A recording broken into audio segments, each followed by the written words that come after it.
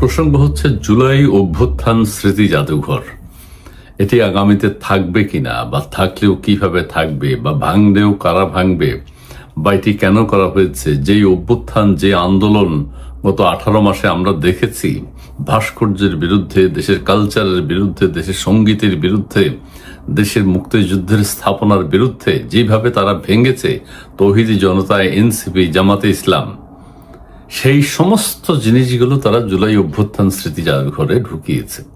কিভাবে সেটা বলি, সেটাই বলবো। আমার প্রসঙ্গ হচ্ছে, দুঃখ হচ্ছে এখন সেখানে মামুনুল হক সাহেব কিভাবে যাবেন, সেখানে হেফাজতের নেতারা কিভাবে যাবে, সেখানে পীর সাহেবদের যে চরমনায় পীর সাহেব তারা কিভাবে যাবেন, জামাতে ইসলাম ছাত্র শিবির কিভাবে যাবে, ইমান থাকবে? কি কারণে বলছি, যে যে মূর্তি ভাস্কর্য বানানো হলো, এগুলোর কি প্রাণ আছে? এগুলো কি ইসলামের সাথে যায়? তাহলে তোমরা এতগুলো 18 মাস যাবৎ সব ধ্বংস করলা কেন? দেশের ইতিহাস ঐতিহ্য সব মুছে ফেলেছে, এখন আবার ভাস্কর্য বানিয়ে তারা 24-এর ইতিহাস ঐতিহ্য রাখতে চায়। আচ্ছা, আমি শুরু থেকে বলি যে এখানে যে ঢুকলেই পরে নাকি কবরস্থান দেখা যায় অনেকগুলো। এখন এই কবরস্থান সাজিয়ে রাখা, ওইটা ইসলামের সাথে কিভাবে যায়? মামুনুল হক সাহেব এটার ব্যাখ্যা দিবেন, চরমনের পীর সাহেব সেটার ব্যাখ্যা দিবেন, আব্বাসী হুজুর সেটার ব্যাখ্যা দিবেন, আবু তোহা আদনান সেটার ব্যাখ্যা দিবেন, আজারি হুজুর সেটার ব্যাখ্যা দিবেন।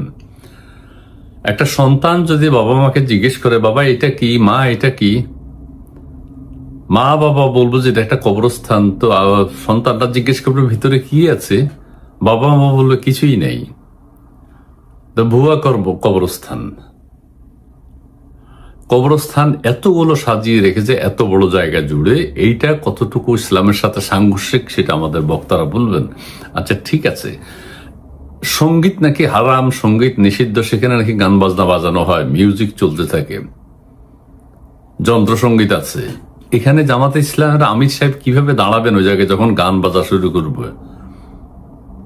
মামুনুল হক সাহেব কিভাবে দাঁড়াবেন সেখানে? ইসলামী ছাত্র শিবির কিভাবে দাঁড়াবে সেখানে? এই গান শুনবে, মারামারি, কাটাকাটি, চিৎকার। সেখানে নাকি অনেক ভাস্কর্য তৈরি করা হয়েছে, কম বেশি সবাই দেখেছেন এরই মধ্যে।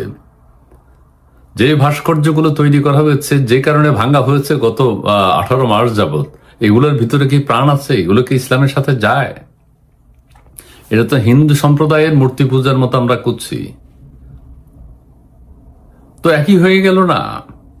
এখানে কোনো ষড়যন্ত্র আছে কিনা, আওয়ামী লীগের কোনো ষড়যন্ত্র আছে কিনা যে মোস্তফা সরোয়ার ফারুকীকে দিয়ে এগুলো করিয়েছে, সেটাও তো তদন্ত করতে হবে। আরেকটা কথা, এটা জাস্ট বললাম আর কি।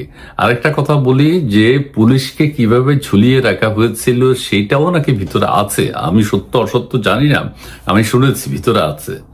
তো এটা পুলিশ বাহিনী সারা জীবন এটা কিভাবে নেবে? যতদিন মিউজিয়ামটা থাকবে, তাদেরকে ভালো লাগবে জামাতার আরেক ভাইকে এইভাবে ঝুলিয়ে রেখেছিল, মূর্তি বানিয়ে সেটা রাখা হয়েছে? এটা তো হয় না, হতে পারে না। অনেক ভাস্কর্য আমরা দেখেছি, অনেক মূর্তি আমরা দেখেছি, অথচ যেগুলো মামুনুল হক সাহেব চিৎকার করে বলেন যে এইসব মূর্তি সব ভেঙে ফেলো, হিন্দু সম্প্রদায়ের পূজার সামগ্রী, ওরা এটাকে শ্রদ্ধা করে, ওটা আমরা ভেঙে ফেলতে যাব কেন? এখন সেই হিন্দুদের সমস্ত কিছু তো আমরা জুলাই অভ্যুত্থান স্মৃতি জাদুঘরে সংরক্ষণ করে রেখেছি। আবার কেউ কেউ বলছেন, বাবারে জুলাই অভ্যুত্থান স্মৃতি জাদুঘরের শুধু সাইনবোর্ডটা অন্য কোনো দল যদি ক্ষমতায় আসে চেঞ্জ করে দিলেই কিন্তু জুলাই যে জঙ্গি হামলা হয়েছিল সমস্ত ডকুমেন্ট সেখানে আছে। পুলিশ কিভাবে ঝুলিয়েছে, ভুয়া কবর কিভাবে বানিয়েছে, পোস্টমর্টেম করে নাই, কিভাবে কারা কারা আন্দোলন করেছিল, অনেকের ছবি সেখানে আছে। সেখানে এনসিপি নাহিদ ইসলামী মূর্তির সামনে কিভাবে দাঁড়াবে? আমাদের সার্জিস আলম, হাসনাত আব্দুল্লাহ, তারা যদি দাঁড়িয়ে থাকে, তারা বোকা, ভুল করছে, তারা পাপ করছে। নাসিরউদ্দিন পাটোয়ারি ভাস্কর্যের সামনে কিভাবে দাঁড়াবে? যেগুলো আপনারা কেন করলেন? এটা অন্যভাবে কোনোভাবে রেখে দিতেন, অন্যভাবে করা হতো। ফারুকী সাহেবকে তো রিমান্ডে নেবে যে কোনো ষড়যন্ত্র আছে কিনা।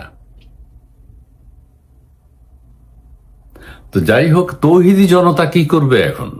যে আমরা এতদিন এগুলো ভেঙে, যে শহীদ মিনার স্ট্যাচু, শহীদ মিনার 3টা কাঠি, সেটাও ভেঙে ফেলেছে। তাহলে এইভাবে যে মানুষের ছবি এইভাবে মূর্তি বানিয়ে ভাস্কর্য বানিয়ে তারা এগুলার বিরুদ্ধে কাজ করে, তারা এগুলার বিরুদ্ধে বলে, তারা এগুলার সামনে কিভাবে দাঁড়াবে? এখন কেউ কেউ বলছেন কোনো এক সময় তৌহিদি জনতা এটা ভেঙে ফেলবে, যে ইসলামের সাথে যায় না। আবার কেউ কেউ বলছেন হেফাজত এটা ভেঙে ফেলবে, চরমনা এটা ভেঙে ফেলবে, আব্বাসী হুজুরের গ্রুপ এটা ভেঙে ফেলতে পারে, আমাদের আজহারি হুজুরের গ্রুপ এটা ভেঙে ফেলতে পারে, আবু তোহা আদনানও গোপনে রাতে এসে ভেঙে ফেলতে পারে। তারা এটা কিভাবে যাবে? এটা কেন বানিয়েছে? কিভাবে বানিয়েছে ডক্টর ইউনূস সরকার, অন্তর্বর্তীকালীন সরকার?